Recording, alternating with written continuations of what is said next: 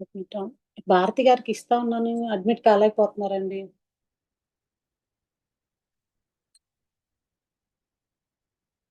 భారతి గారు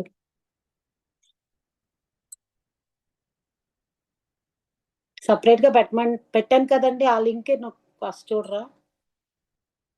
2 డివైజెస్ కనిపిస్తున్నాయి.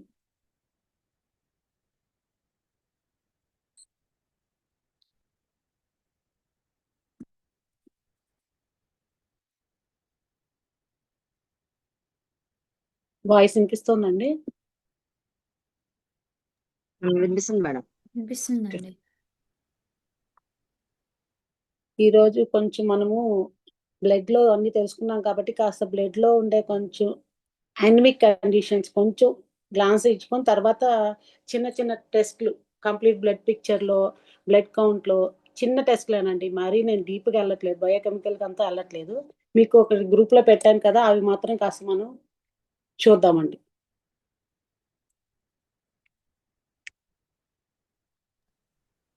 ఓకేనండి. ఓకే అండి. మనకి అనీమియా అనే వర్డ్ విన్నాం కదండి. బ్లడ్ లేకపోవడం కదండి. బ్లడ్ లేకపోవడం, దానివల్ల అది ఎలా మెజర్ చేస్తారు? అంటే బ్లడ్ లేకపోవడం అంటే చాలా కారణాలు ఉన్నాయి, మనం మానవ శరీర విజ్ఞానం తెలుసుకున్నాం కదా, చాలా రీజన్స్ ఉంటాయి అని. వాటిని మెజర్ చేయడం కోసం ఒక కంప్లీట్ బ్లడ్ పిక్చర్ అని చెప్పి ఒకటి చేస్తారండి మనకు ల్యాబ్ టెస్ట్ లో, అది జనరల్ అన్నమాట. ఇంకా ఇక్కడ నేను ఇవి మాత్రం కొన్ని మెజర్మెంట్స్ తీసుకున్నానండి, కొన్ని మాత్రం తీసుకున్నాను. ఫస్ట్ మనం హీమోగ్లోబిన్ చూస్తారండి, మనం టెస్టింగ్ ఇచ్చామంటే హీమోగ్లోబిన్ చూస్తారన్నమాట. మీకు ఇటు లెఫ్ట్ సైడ్ ఇటు స్క్రీనింగ్ చూస్తుంటే ఇటు సైడ్ టువర్డ్స్ ఈ ఉండేటివేమో 30.1 ఉంది కాదండి, అది పేషెంట్ వచ్చిందనమాట. రెఫరల్ వచ్చి రైట్ సైడ్ ఉంటది. ఇది ఎస్ఓపి అండి, స్టాండర్డ్ ఎస్ఓపి ఉంటది అనమాట. ఇంత రావాలి, ఇంత రావాలి. మనం తెలుసుకున్నాం కదండి, వైట్ బ్లడ్ సెల్స్ ఎంత ఉండాలి, రేంజెస్ తెలుసుకున్నాం కదా మనం. అవునండి. అలాగే ఇక్కడ వీడు ఇది ఇలాగ ఇస్తారు అనమాట, మనకు రిపోర్ట్ లో ఇస్తారు. సో ఈ మెజర్మెంట్స్ తోటి మనకు చూసుకోవడం కోసం, కంపారిజన్ కోసం మనకి వాల్యూస్ పెడతారు అనమాట. సో ఫస్ట్ టెస్ట్ మనము హీమోగ్లోబిన్ కి వెళ్దామండి.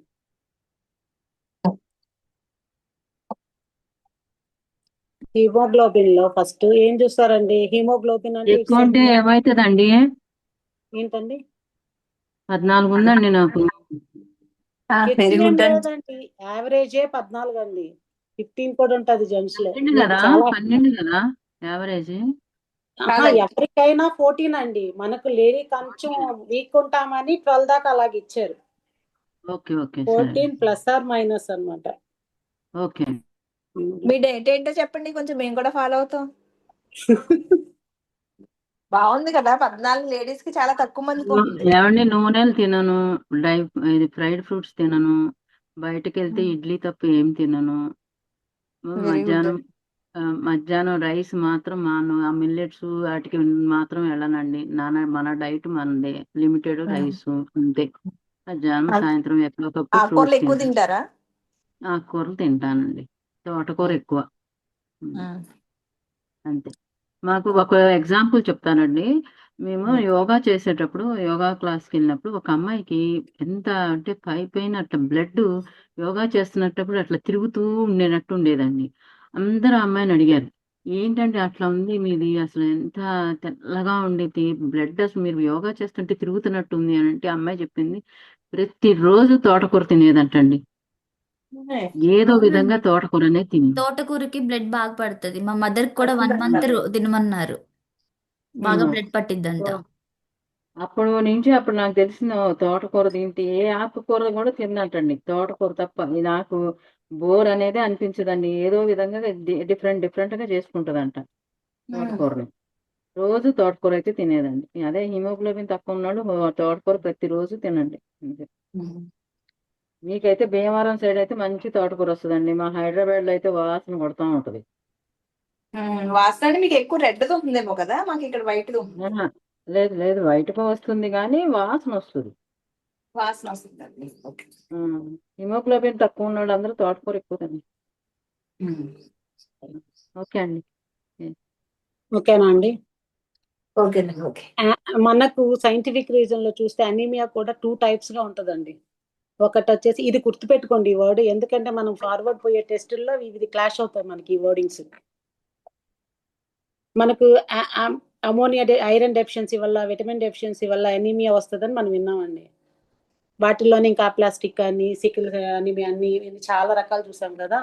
మేజర్ గా వచ్చేసి మైక్రోసిస్టిక్ అండ్ మ్యాక్రోసిస్టిక్ అని కూడా ఉంటదండి. మైక్రోసిస్టిక్ అండ్ మ్యాక్రోసిస్టిక్ అంటే ఏంటి అంటే, బ్లడ్ సెల్ ఉండాల్సిన దానికంటే సెల్ తక్కువగా ఉండడం అండి సైజు.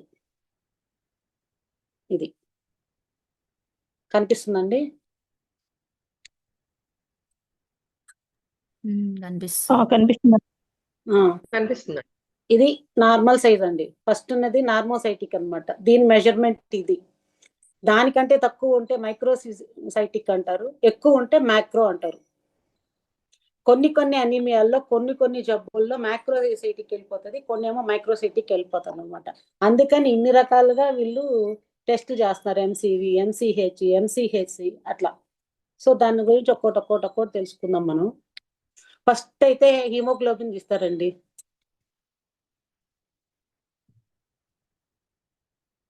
ఇది ఫస్ట్ టెస్ట్ మనం ఇచ్చిన లిస్ట్ లో. ఎంత హీమోగ్లోబిన్ ప్రోటీన్ ఉంది బ్లడ్ లో అని మెజర్ చేస్తారండి. ఇక్కడ మనకు మెజర్మెంట్స్ ఇచ్చారు చూసారా.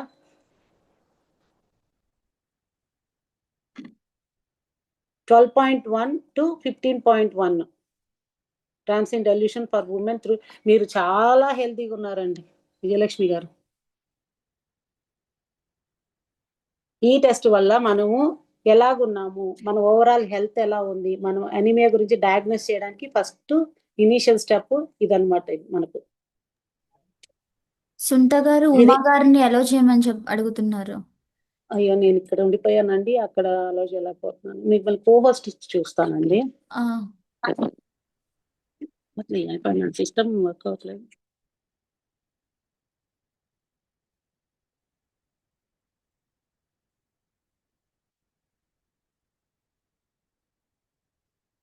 ఈ ఐప్యాడ్ లో కనిపించట్లేదండి అసలు కోహోస్ట్ ఆప్షన్. సునీత గారు, యాక్చువల్ గా ఈ జూమ్ లో మీరు అడ్మిట్ అవ్వాలనుకోండి, సో దట్ మిమ్మల్ని ఎవ్రీ టైం అడగదు అది. ఆప్షన్ ఇస్తున్నానండి, అడ్మిట్ ఆల్ ఆప్షన్ ఇస్తాను ఎవ్రీ టైం. ఓకే. ఐప్యాడ్ లో మరి ఎవ్రీ టైం అదే ఇస్తున్నాను. బల్క్ గా ఉంటే అయిపోతుందండి, ఇట్లా సింగిల్ గా వచ్చిన మళ్ళీ ఆప్షన్ అడుగుతుంది. Okay okay, then carry on.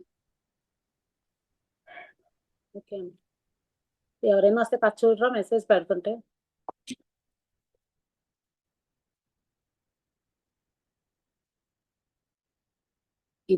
ఇది కంపారిజన్ అండి. మనకు వాళ్ళు చేసే టెస్ట్లో ఇలా చూస్తారండి. మెన్కి అయితే 17 దాకా కూడా వెళ్ళొచ్చు అనమాట, ఉమెన్కి అయితే ఇలాగ ఉంటుంది. చిల్డ్రన్స్ లో 11 to 16 అనమాట, ఏజ్ వైజ్ ఉంటుంది అది. ఇప్పుడు లో హెచ్బి ఉన్నింది అనుకోండి, ఏమవుతుంది, iron deficiency, vitamin deficiency, bleeding అవుతూ ఉంటుంది, తగ్గదన్నమాట. క్రానిక్ డిసీజెస్ ఉండొచ్చు. అదే హై హెచ్బి ఉన్నింది అనుకోండి, డిహైడ్రేషన్ రావచ్చు అంట. ఈ స్మోకింగ్ హ్యాబిట్ ఉండే వాళ్ళకి, అలాంటి వాళ్ళకి ఈ లంగ్, హార్ట్ కొంచెం డిసీజ్ అవుతాయి అనమాట. అలాంటి వాళ్ళకి ఈ హై హెచ్బి కూడా వచ్చే ఛాన్సెస్ ఉన్నాయండి. ఇవన్నీ లోపల ఇంకా ఈ HbA1c టెస్ట్ అని విన్నారండి, యావరేజ్ తీస్తారనమాట 2 to 3 months ది. కొంచెం ఎవరైనా రెస్పాండ్ అవుతుందండి, నేను ఉన్నానా లేదా అని మళ్ళీ నాకు డౌట్ వచ్చేస్తుంది. వస్తుందని ఎవరైనా ఒక్కళ్ళు ఇస్తే నాకు మళ్ళీ డౌట్ వస్తుంది, టెక్నికల్ ఇష్యూ ఏమైనా ఉందా అని. ఇప్పుడు ఫస్ట్ నేను సిబిసి గురించి చెప్తాం అనుకున్నాం కదండి. ఇదేం చేస్తుంది, మొత్తం కంప్లీట్ బ్లడ్ పిక్చర్ తీసుకుంటుంది. ఈ ఆక్సిజన్ క్యారింగ్ ఎలా ఉంది, రెడ్ బ్లడ్ సెల్స్ ఎలా ఉన్నాయి, ఈ మొత్తం చేసేదే అదనమాట సిబిసి టెస్ట్ అనమాట. ఇది ఇలా ఇచ్చారు చూడండి, మీకు రేంజ్ నార్మల్ వాల్యూస్ ఎలా ఉంటాయి మెన్కి. ఇలా గ్రీన్ లో, ఎల్లోలో ఉన్నది అనుకోండి లో మార్కర్స్ అనమాట. ఇవి నార్మల్గా ఉంటే గ్రీన్, హై ఉంటే రెడ్ అనమాట. ఇది చేసి పెట్టుకొని ఉంటే ల్యాప్టాప్ లో అయితే మనకు బాగా చేసుకోవచ్చు అండి స్లైడ్స్.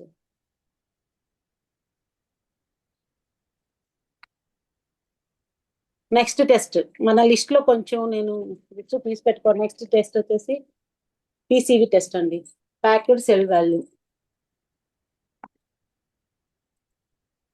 ఈ టెస్ట్ ఎలా చేస్తారంటే టోటల్ బ్లడ్ వాల్యూమ్ ఎలా, దాంట్లో రెడ్ బ్లడ్ సెల్స్ ఎంత ఆక్యుపై చేస్తున్నాయి అనే టెస్ట్ చేస్తారండి. ఇక్కడ ఇలా ఉంటుంది. నేను చెప్పాను కదా, ఈ సెంట్రిఫ్యూగేషన్ చేస్తే ప్లాస్మా పైకి వెళ్ళిపోతుంది, రెడ్ బ్లడ్ సెల్స్ ఇవన్నీ కిందకి సెడిమెంట్ అయిపోతుంది. ఈ రేంజ్ లో ఈ ప్లేట్లెట్స్ అవి నిలుస్తాయి అనమాట. ఇది ఉంది కదండి వైట్ రీజియన్స్, ఆ కోటింగ్ లో అవి ఉండిపోతాయి. దీనికి దేని డయాగ్నోసిస్ చేయొచ్చు అంటే అనీమియా, ఏదైనా అనీమియా కోసమే చేస్తారండి పీసీవి టెస్ట్. డిహైడ్రేషన్, వీటి కోసం ఈ టెస్ట్ చేస్తానండి. నార్మల్ రేంజ్ ఎలా ఉండాలంటే జనరల్లీ 40 to 54% ఉండాలి మేల్స్, అండ్ ఉమెన్స్ కి వచ్చేసి యాజ్ యూజువల్ 36 to 48 వరకు ఉంటే అది నార్మల్ రేంజ్ అండి. ఎందుకు దీని పర్పస్ ఏంటి, పీసీవి పర్పస్ ఏంటి అంటే ఆక్సిజన్ క్యారింగ్ కెపాసిటీ ఎంత ఉంది, ఎలా ఉంది అని మానిటరింగ్ చేయడం కోసం అండి. ఇది ఇష్యూస్ ని ఏదేది టార్గెట్ చేస్తుంది అంటే కిడ్నీ ఇష్యూస్ తీసుకోవచ్చు, హైడ్రేషన్ ఇష్యూస్ తీసుకోవచ్చు అనమాట. మనం దానికోసం ఇది ఈ పీసీవి టెస్ట్ చేస్తారు. పీసీవి టెస్ట్ లో ఉండింది అనుకోండి, తక్కువ రెడ్ బ్లడ్ సెల్స్ ఉన్నాయని, అంటే దాని పొటెన్షియాలిటీ తక్కువగా ఉందన్నమాట. న్యూట్రిషన్ డెఫిషియన్సీలో ఉంది.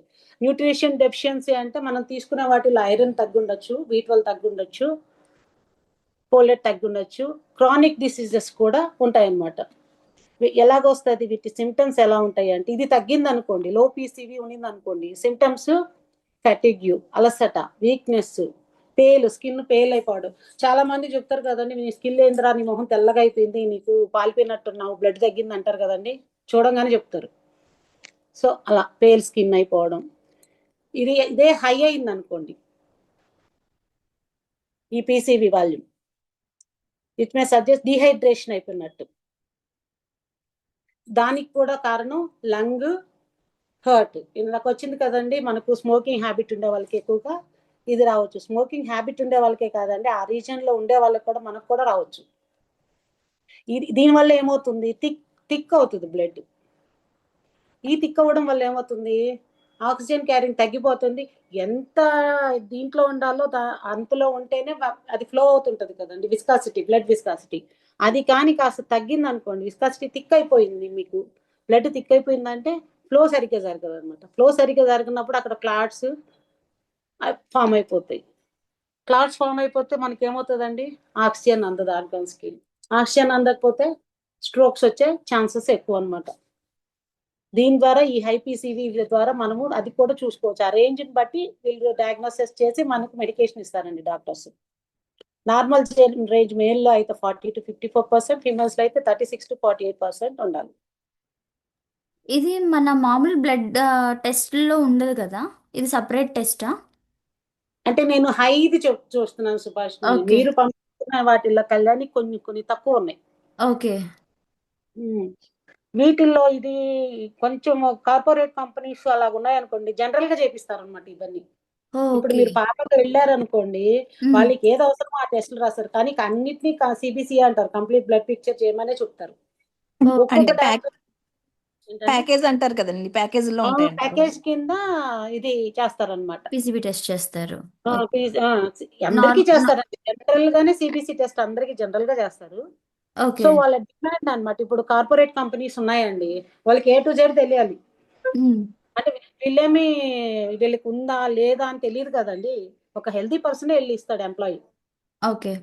ఇప్పుడు మా కంపెనీలో చేసినా మేము హెల్దీ పర్సన్స్ నే పంపిస్తాం. వీళ్ళకి ఉందా లేదా అన్న విషయం ఎందుకు పంపిస్తాం మేము, ఏదైనా ఉంటే కనుక మెడిక్లైమ్స్ అవన్నీ ఉంటాయి కదండి, మాకు తెలియాలి ఎంప్లాయీ ఎంత హెల్తీగా ఉన్నారు ఏంటని. సో దానికోసం ఈ పారామీటర్స్ అన్ని ఉన్నాయి. ఇది నేను దీంట్లో నుంచి తీసుకున్నా ఈ పారామీటర్. దీంట్లోనే మీరు కావాల్సిన పారామీటర్స్ కూడా క్లాష్ అవుతాయి. ఓకే, ఇప్పుడు ఫైన్. మీరు పాపకి ఏదైనా సిమ్టమ్స్ తో తీసుకెళ్లారు, నేను ఏదైనా దీంతో వెళ్ళాను, ఆ టెస్ట్లు వేరు రాస్తారన్నమాట. ఇది Okay. కామన్ గా ఉంటుంది చెప్తున్నాను నేను. ఓకే. ఓకే. ఈ హై పీసీవీ ఉందంటే డిహైడ్రేషన్ ఇందాకే విన్నాము. లో పీసీవీ ఉందంటే అనీమియా, బ్లీడింగ్ ఆగదండి, ఎక్సెసివ్ బ్లీడింగ్ అయిపోతా ఉంటుంది. ఇంకా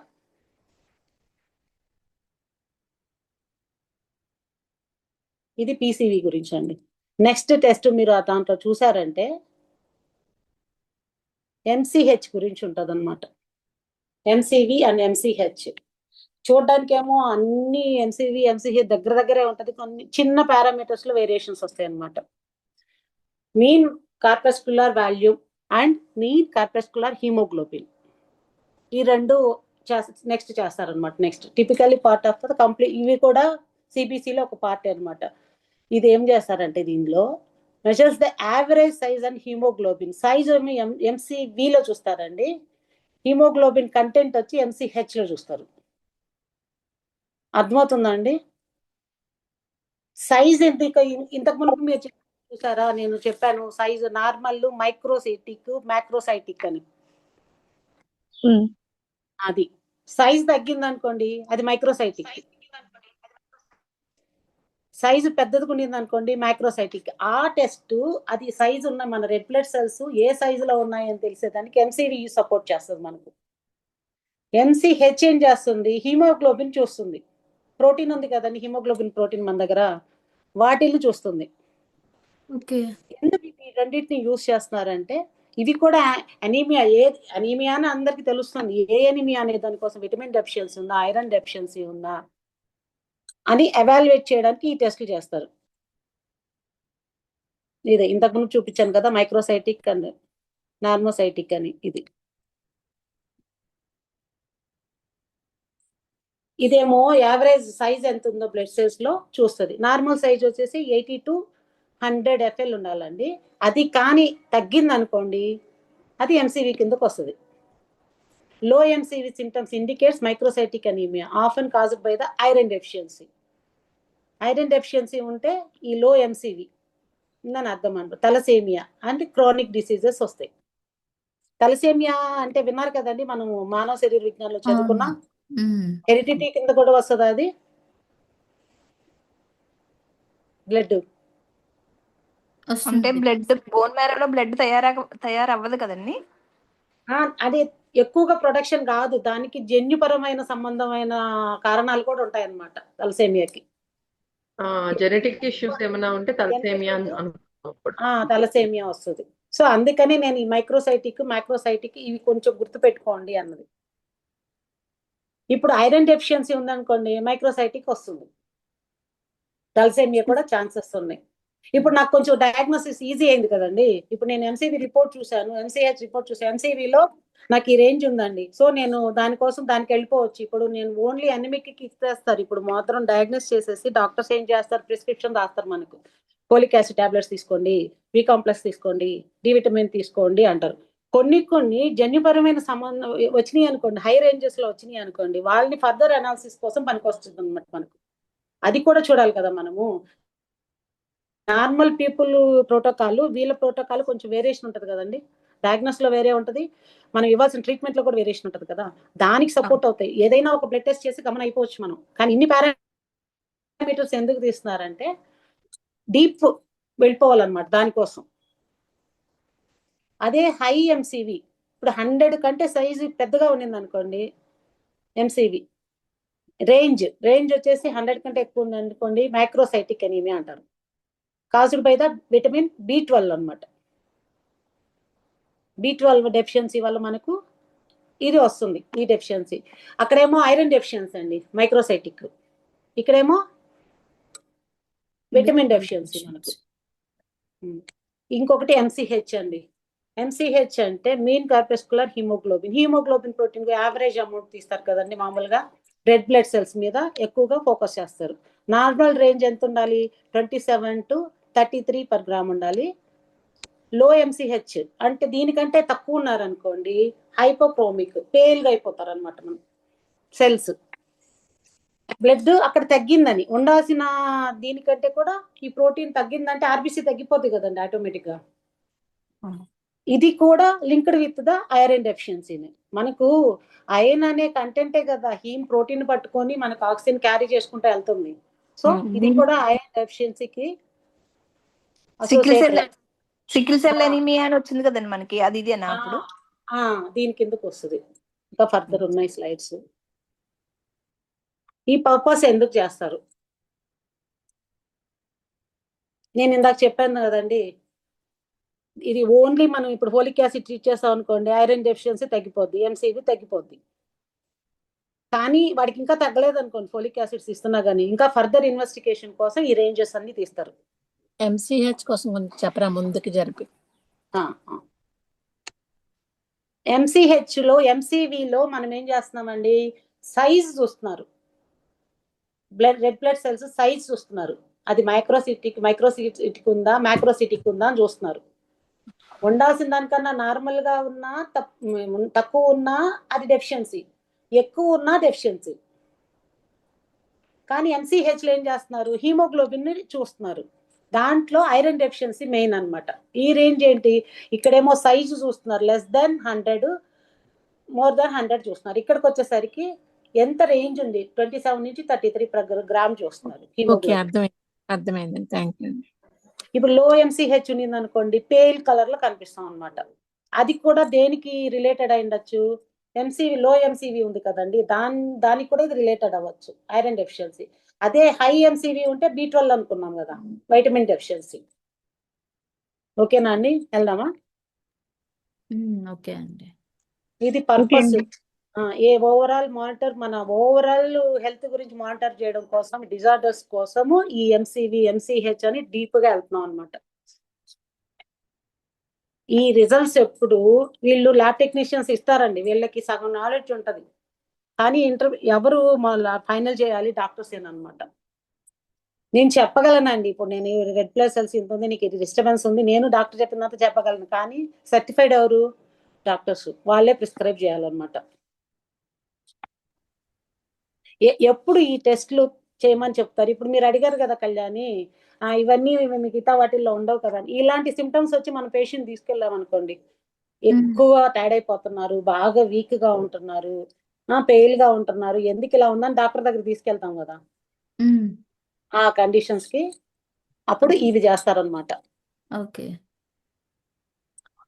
ఇప్పుడు కార్పొరేట్ డయాగ్నోస్ చేసే పారామీటర్స్ ఎక్కువ ఉంటాయండి. నార్మల్ వాళ్ళు ఉంటారు చూడండి, వాళ్ళు చేసే పారామీటర్స్ వేరుగా ఉంటాయి, తక్కువ ఉంటాయి.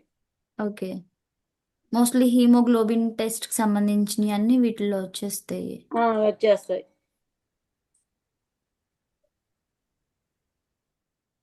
ఇది కూడా దాని గురించేనండి. గారు తలసేమియా గురించి చెప్పారు కదా, అది ఒక్కసారి అది జస్ట్ ఒక 1 word లో చెప్పండి. తలసేమియా అనేది జెనెటిక్ జీన్స్ లో, మన ఫాదర్స్ కానీ ఫోర్ ఫాదర్స్, మన జీన్ లో ఎక్కడైనా ఈ ప్రాబ్లం ఉంటే మనకు కూడా క్యారీ ఫార్వర్డ్ అయ్యేదానికి ఛాన్సెస్ ఉందండి. అంటే ఇది ఆర్బీసీ ఎక్కువ అవుతుందా?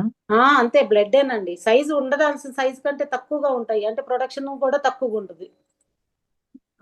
అది పుట్టినా అది ఇప్పుడు తలసేమియాలో రెడ్ బ్లడ్స్ బోన్ మ్యారోలో పుట్టాను, మనకు వచ్చిన జీన్ అదండి. మనకి ఇప్పుడు మనం ఒక ఎంబ్రాయిడరీ మిషన్ తీసుకోండి, దాంట్లో ఏం చేస్తారండి, ప్రోగ్రామింగ్ మొత్తం చేసేస్తారు కదా, నాకు ఈ డిజైన్ కావాలి, ఇంత కావాలి, ఇంతలో ఉండాలి, ఈ మార్జిన్ లో ఉండాలని డిజైన్ చేసి ఇచ్చేస్తాం.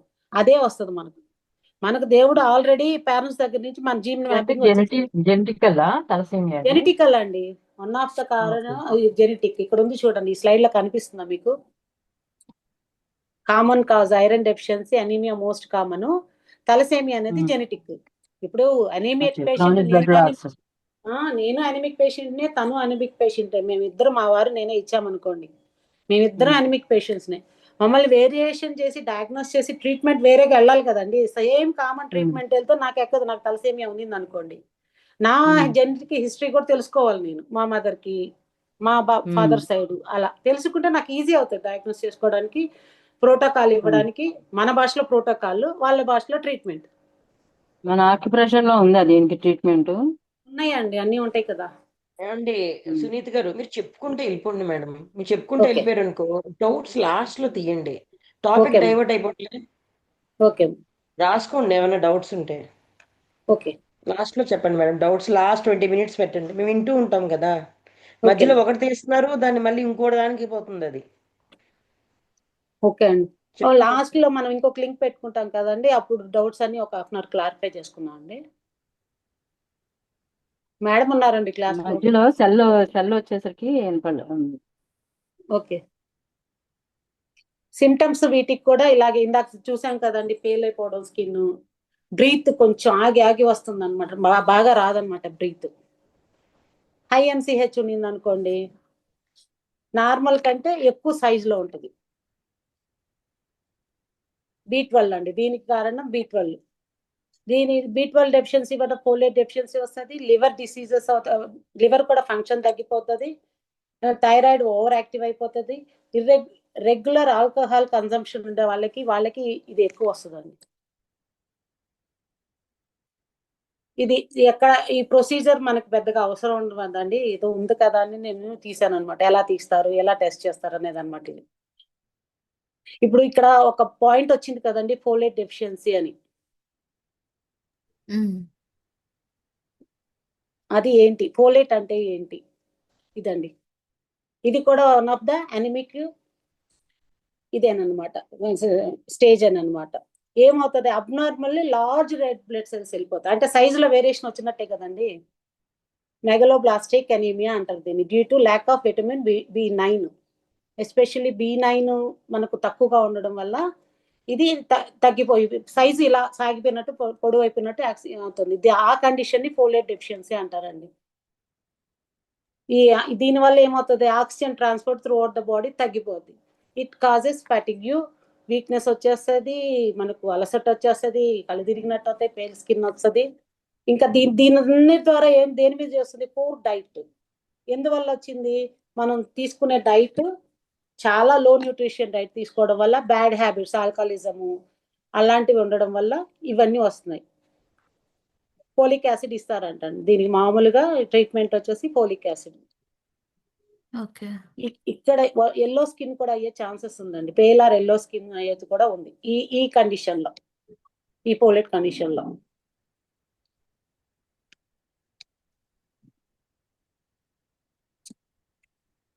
ఇంకో టెస్ట్ ఇంకో పారామీటర్ వచ్చి MCHC అండి, మీన్ క్యాపస్కులర్ హిమోగ్లోబిన్ కాన్సన్ట్రేషన్. ఈ టెస్ట్ లో ఏం చేస్తారంటే, average concentration of haemoglobin with in the red blood cells.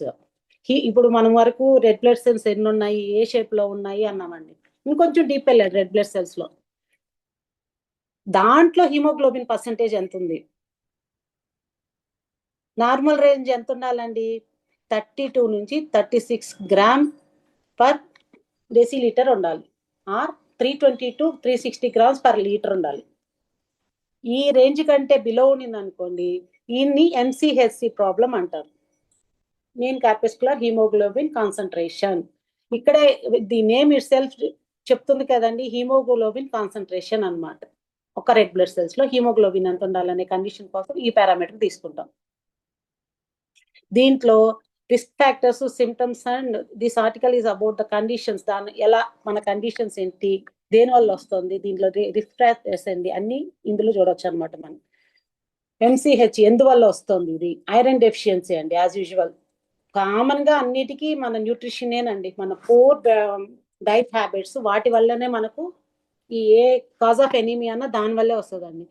As usual thalassemia మనకు ఇది మనము ఏమి చేయలేని పరిస్థితి అనమాట. మనం ఎంత హెల్దీ ఫుడ్ తీసుకున్నా ఏది చేసుకున్నా కాస్త తగ్గించగలం, కానీ మన జెంటికల్లో వచ్చేది ఆల్రెడీ వస్తుంది. క్రానిక్ డిసీజెస్, రొమటాయిడ్ ఆర్థరైటిస్ రావచ్చు, కిడ్నీ డిసీజెస్ రావచ్చు, క్యాన్సర్ క్యాన్సర్ రావచ్చు, ప్రొడక్షన్ కూడా ఆగిపోద్ది అనమాట. Lead poisoning, excessive lead exposure can impair haemoglobin synthesis జరిగిపోద్దండి. సో బ్లడ్ పాయిజనింగ్ అంటారు కదా, పాయిజన్ అయ్యేదానికి కూడా ఛాన్స్ ఉంటుంది. దీంట్లో ఎక్కువగా B6 డెఫిషియన్సీ అండి. ఇందాక మనము ఫోలేట్ లో ఏం చూసాము, B12 చూసాము, B9 చూసామండి. B కాంప్లెక్స్ అంటారు, ఈ విటమిన్స్ అన్ని కలిపి B కాంప్లెక్స్ అంటారు. B12 అక్కడ చూసాము, B9 చూసాము, ఇక్కడ B6 ఎక్కువగా. ఈ కండిషన్స్ లో B6 డెఫిషియన్సీ మనం కాన్సన్ట్రేట్ చేయొచ్చు అనమాట. Cerebroblastic anemia, a rare condition where the body cannot properly use iron to make hemoglobin. కొంతమంది ఇప్పుడు హిమోగ్లోబిన్ ఉందండి, అన్నీ ఉంది, కానీ దాన్ని ప్రాపర్ గా యూజ్ చేసుకోలేకపోతుంది మన బాడీ. అట్లాంటి కండిషన్, రేర్ కండిషన్స్ వస్తాయి ఇందులో. ఒకవేళ లో MCHC ఉంటే ఎలాగుంటది, వీక్నెస్ ఉంటుంది, ఫెటిగ్ ఉంటుంది, పేల్ స్కిన్ ఉంటుంది, బ్రీతింగ్ తగ్గిపోతూ ఉంటుంది. ఫిజికల్ యాక్టివిటీస్ చేసినప్పుడు, అంటే ఇప్పుడు మనం ఒక ఎగ్జాంపుల్స్ కూడా చెప్పారు కదండి, మనం ఒకవేళ మెట్లు ఎక్కితే కొన్ని ఫ్లోర్ల వరకు కొంతమందికి దమ్ము రాదు, కొంతమందికి ముందరే వచ్చేస్తుంది, అలా లో అనమాట. డిజీనెస్ అండ్ లైట్ హెడ్నెస్ ఉంటుంది, కోల్డ్ హ్యాండ్స్ అండ్ ఫీట్, ఇది కూడా వన్ ఆఫ్ ద రీజన్ కావచ్చు అండి. చాలా మందికి కాళ్ళు చేతులు చల్లబడిపోతా ఉంటాయండి. Chest pain, irregular heart beats, ఉండాల్సిన హార్ట్ బీట్ కంటే అది తగ్గిపోవడం కానీ పెరిగిపోవడం కానీ. Cognitive issues like poor concentration or memory problems, మనకు తగ్గిపోద్ది, మెమరీ పవర్ తగ్గిపోద్ది. ఎందుకని ఆక్సిజన్ వెళ్ళట్లేదు కదండి మనకు ఉండాల్సినంత. మెమరీ పవర్ కూడా రావడానికి కారణం, అమ్నీషియా కూడా రావడానికి కారణం అవుతుంది. కాంప్లికేషన్స్ ఆఫ్ లో హెల్త్, ఏమేమి కాంప్లికేషన్స్ ఉంటాయి, ఇది కొంచెం డీప్ అండి. హార్ట్ ఫెయిల్యూర్ అవుతుంది, ఎన్లార్జ్మెంట్ అవుతుంది హార్ట్. ఇంతకు మునుపు వచ్చిన సింటమ్స్లే వాళ్ళు కొంచెం కార్డియోవాస్కులర్ ప్రాబ్లమ్స్ గురించి కొంచెం డీటెయిల్డ్గా ఇచ్చారండి ఇక్కడ. ప్రెగ్నెన్సీ కాంప్లికేషన్స్ కూడా ఎక్కువ ఉంటాయండి దీనివల్ల. ప్రీమెచ్యూర్ బర్త్ కావచ్చు బేబీకి, లో బర్త్ వెయిట్ బేబీస్ రావచ్చు, increase risk of maternal mortality. ఇలాగ బేబీస్ మొత్తం ఈ ప్రెగ్నెన్సీలో ఉండే ఫీటస్ పెరగడం, దాని మీద కూడా ప్రభావం జరగచ్చు అనమాట. ముందుగానే పుట్టేసేయడం, వెయిట్లెస్ తక్కువతో పుట్టేసేయడం, హై రిస్క్ ఉండడం, ఇలాంటివన్నీ కూడా ఆర్గాన్స్ సరిగ్గా ఫామ్ కాకపోవడం, ఇలాంటి బేబీస్ కూడా పుట్టడం ఈ ఎంసీహెచ్సి దానిలో. అందుకని ప్రెగ్నెంట్ లేడీస్కి కంపల్సరీ ఈ పారామీటర్స్ చేస్తారండి. ఇది ఇక్కడ చెప్పాను కదా, in children growth problem, growth issues రాస్తాయి. అంటే ఉండాల్సిన ఆర్గాన్స్ ఎప్పటికప్పుడు ఏమంటే ఆర్గాన్స్ ఫామ్ అయిపోతా వెళ్ళిపోవాలండి. హెల్దీ ఇదనుకోండి ఫామ్ అయిపోతూ ఉంటుంది. ఈ మదర్ ఎఫెక్టెడ్ అనుకోండి, ఆ బేబీ కూడా డెవలప్ అవడం కష్టం అవుతుంది. ఇంకొకటి వచ్చేసి, ఇంకో పారామీటర్ వచ్చేసి white blood cells count, WBC count అంటారండి దీన్ని. ల్యూకోసైట్స్ ఎన్ని ఉన్నాయి అని కౌంట్ చేస్తాం అనమాట. ఇన్ఫెక్షన్స్, దాని ద్వారా మనం ఇన్ఫెక్షన్స్ కనుక్కోవచ్చు, ఇన్ఫ్లమేషన్స్ ఏమన్నా ఉన్నాయా కనుక్కోవచ్చు, అలర్జీస్ కనుక్కోవచ్చు, బోన్ మ్యారో డిజార్డర్స్ కనుక్కోవచ్చు. ఈ రేషియో ఎంత ఉండాలి? Typically 4500 to 11,000 cells per microliter ఉండాలి మనకి మామూలు.